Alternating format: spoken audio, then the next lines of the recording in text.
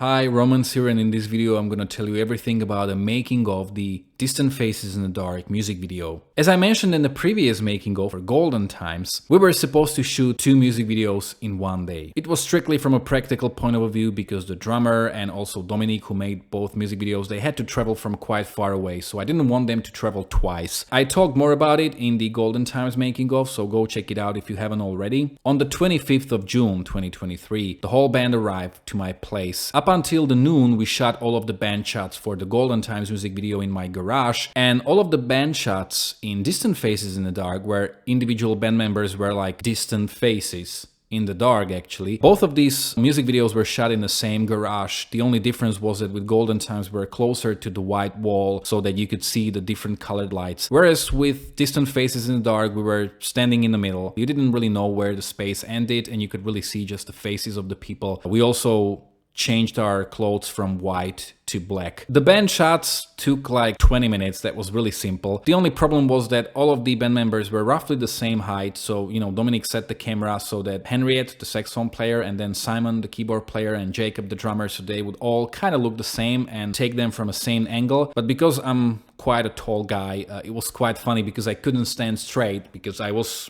like this. So I had to be standing with my legs like this, and it was just really, really funny. Dobre, teraz zo strany, čiže jedna strana, druhá. Dobre. Výška sedí? Dobre, druhá. Dobre, cítim sneha z toho. Ani v... Bloopers potom. Zatiaľ nerobíš, ja som Zatiaľ nepozeraj. bloopers. Určite sa neosmievaj, to má byť... Hej, tvár sa vážne a nič. Teraz Teraz sa budeš len pozerať do kamery, ešte nejdeme spievať. Nejakých 5 sekúnd, hej? čiže robíš akoby fotku, alebo čo to je za záber? Nie, to je záber 5 sekundový. Len sa pozeráš do kamery, nerobíš nič nehovoríš. Taký poker face výraz potrebujeme. No, vyzerám jak pán, nie? Bez okuliári prvýkrát, to nie je sranda, dobre. Tiež tu môže v podstate byť taký výraz, že to si poslal o niečo v tom štýle, nie? No, za to sa presne pýtam, že si treba dať. Ale to dáme potom viac, teraz zatiaľ len tak úplne neutrálne sa tvár, úplne že vážne. Hej? Dobre, idem, hej?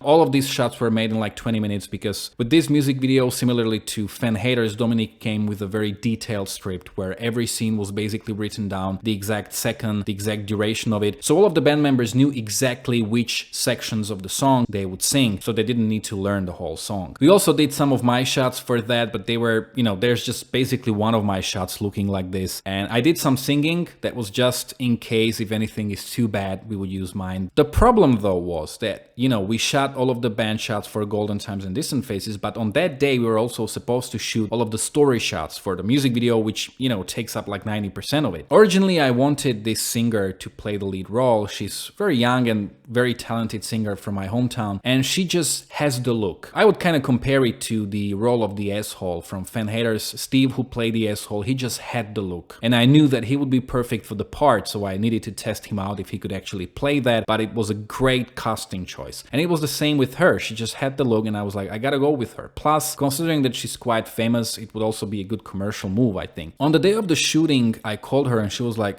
I'm sorry, I can't do it. She had some sort of an anxiety attack or something, so she couldn't arrive to the shooting. And that was a big problem for 2 reasons. First of all, Dominic had to come again and I had to basically pay him again for coming. And the second reason is that we were shooting most of the music video in the kitchen and in the hall. And these are the 2 parts of our house that we don't really clean very often. If you have 2 kids, chances are you probably spend quite a lot of time in the kitchen. And if you clean the kitchen, 5 minutes later, it looks exactly the same as it did before. So we don't really clean it that drastically, and we had to for the music video. So we knew that if you reschedule, we would have to go through the process again. And when you have 2 kids, any free time you have is very precious because you don't really have any. This is also a good lesson for you because when I called her about the music video, she wasn't 100% sure she wanted to do it and she could do it. If you talk with anybody who's not 100% there, just don't work with them. Like for example, Steve, who played the asshole, he was 100% there. I still think that shooting that music video was one of the highlights of his life. Those are the people you want to work with. So if somebody is not sure, just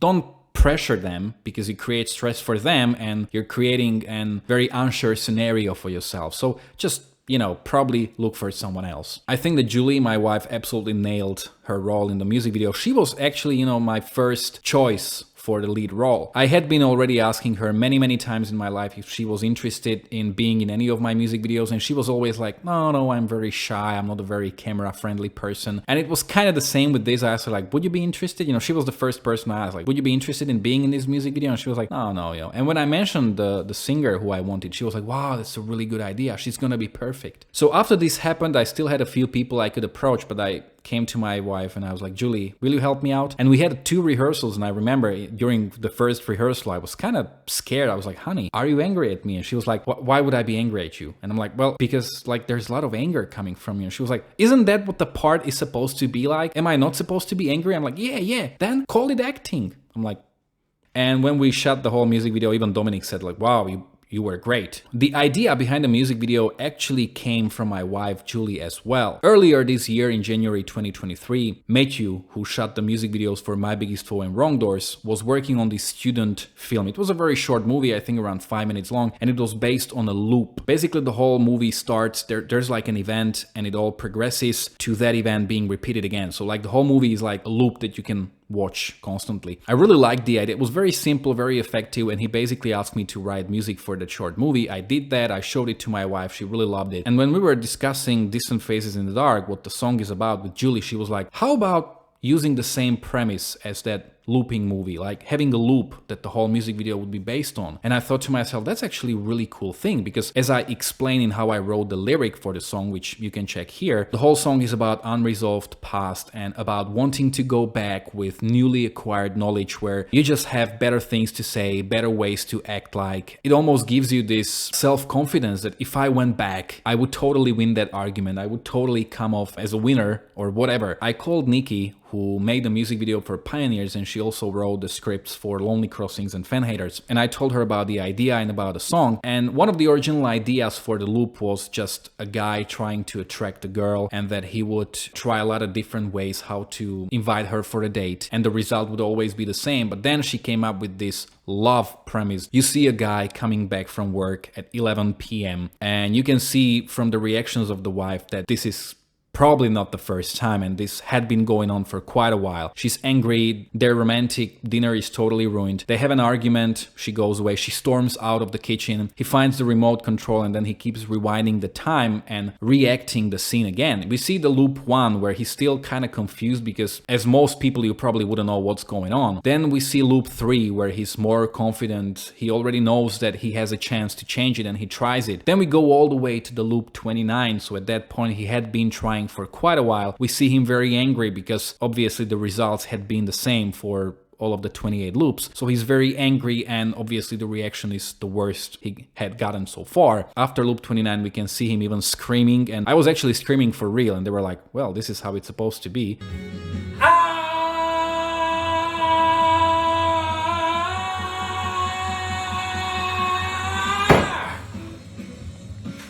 And then loop 30 basically just tries not to use any words, any arguments, any perfect things to say. He just hugs his wife. It's almost like he's realizing he made a mistake. And even though her reaction is the best from all of those, it still results in the same way. She just goes away. So that's when he throws away the remote control. And then we see the next day, 6 a.m. He woke up in the morning. He prepared the breakfast and he brings it to his wife. Basically, instead of trying to think about your past and how better it could have been with better arguments, better things you could have done, let's just focus on the present and let's try to fix things that you messed up instead of fantasizing about how it could have been. So that's basically the point of the music video, and I really loved it. Also, the numbers of the loops are quite symbolic because loop 1, my daughter Paula just turned 1 year old. My son is 3 years old, that's why the second loop is number 3. Loop 29, because my wife turned 29 this year. And well, loop 30, it could have been loop 33, because I'm 33, but story-wise, number 30 just makes more sense. The symbolism could be that I was 30 when I started working on this record. Also, the font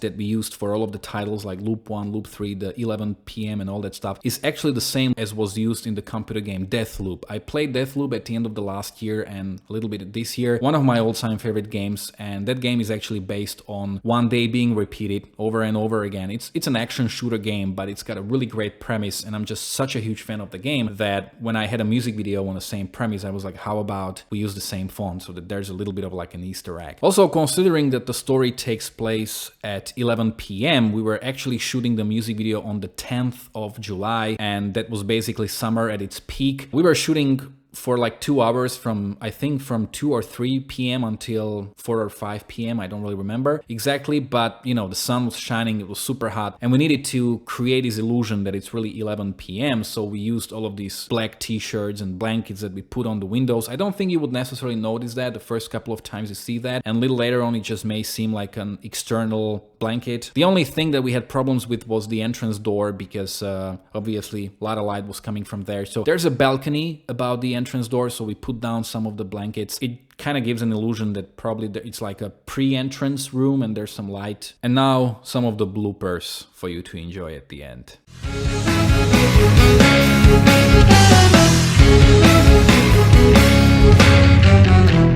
For too long my faults and the best of me, I couldn't let go of my old regrets. Rambling in my past, I was kinda lost, I just couldn't forget.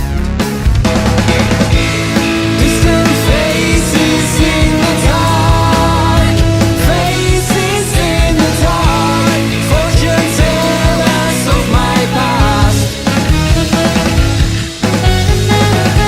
I still recall the prophecies, predicting things that came to be.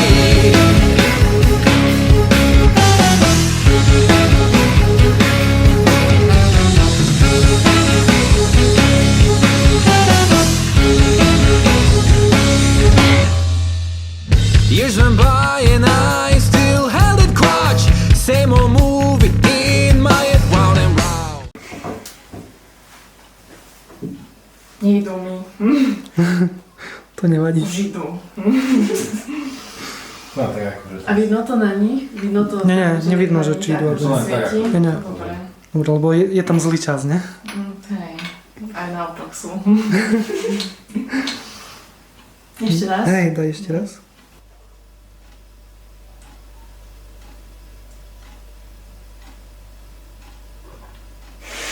Tak si vybrala?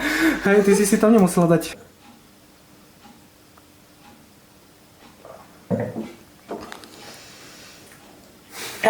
Môžeme ešte raz, ale ja si dám. Prečo si pozde prišiel? Pozri, Dobre, proste sme mali toho veľa v práci, dobre. Teraz, no a čo? Dobre, skús ešte, hej. Ale dobre to bolo. No pozri sa, koľko je. Dobre, Hodín, kde si bol zase, veľa som sme toho mali v vyváľala celý práci, večer. prepáč mi to, dobre. Dobre.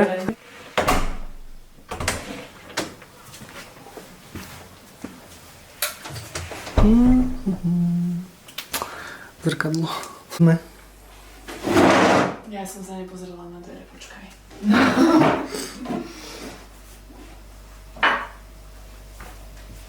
Môžeme? No čo ti zase, čo sa tvár? Ešte raz.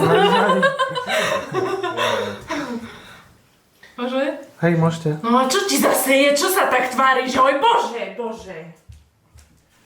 Krátko som však 4. No, povedz, hej, čo to má byť? Počkaj, teraz rozmýšľam, že... Krútiť hlavou? Aha, počkaj. Ale kto krúti hlavou? Dobre. Hej. No poď. Trošku sme sa zdržali v práci, bolo to kvôli tomu, že proste, to je len teraz naozaj, to už nebude potom. Určite, oj bože, no.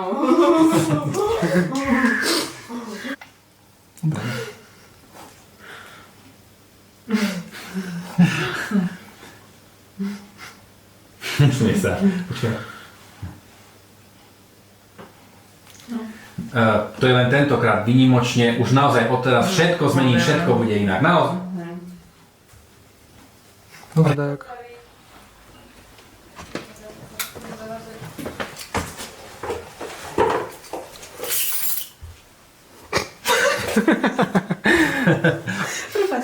Ale Ty by si mal byť taká, že chceš ako keby niečo povedať, ale zároveň je to neho objatie. už môžeš ísť oproti? Pozri, koľko je hodín. Ale ja som nemala na boku hlavu, vieš. Daj tak, jak si mala predtým. Dobre.